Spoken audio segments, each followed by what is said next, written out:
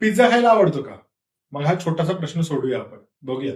दुकानदाराने ऑफर दिली 6 इंचाचे 2 पिझ्झा 500 रुपयाला आणि 12 इंचाचा 1 पिझ्झा 500 रुपयाला.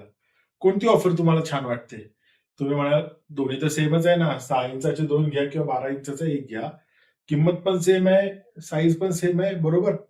चुकलात. जर तुम्हाला क्षेत्रफळ येत असेल ना, एरिया काढायला सर्कलचा, तर तुमचं उत्तर बदलणार आहे इकडे. चला बघूया आपण. आता इथे 2 सर्कल आहेत. हा सर्कल आहे 6 इंचाच्या पिझ्झासाठी. याची रेडियस आहे 3 इंच आणि हा सर्कल आहे 12 इंचाच्या पिझ्झासाठी आणि याचा रेडियस आहे 6 इंच. ओके, तर आता आपण याचा एरिया काढूया. आता एरियाचा फॉर्म्युला काय? क्षेत्रफळाचा फॉर्म्युला पाय आर स्क्वेअर. पायची व्हॅल्यू तुम्हाला माहिती आहे 3.14 असते आणि आर रेडियस 6 इंचाच्या पिझ्झाचा रेडियस आहे 3 इंच.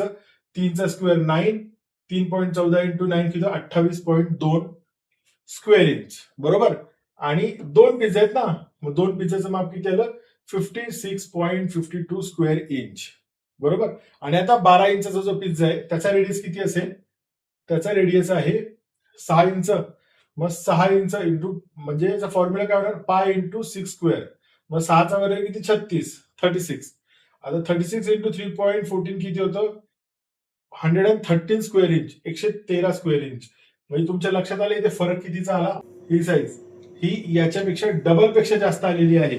म्हणजे जर तुम्ही 12 इंचाचा पिझ्झा घेतला ना, तर तुम्हाला डबल पेक्षा जास्त मिळणार आहे. आलं लक्षात? तर चुकायचं नाही, आधी एरिया काढायचा, मग ठरवायचं कोणता पिझ्झा ऑर्डर करायचा ते.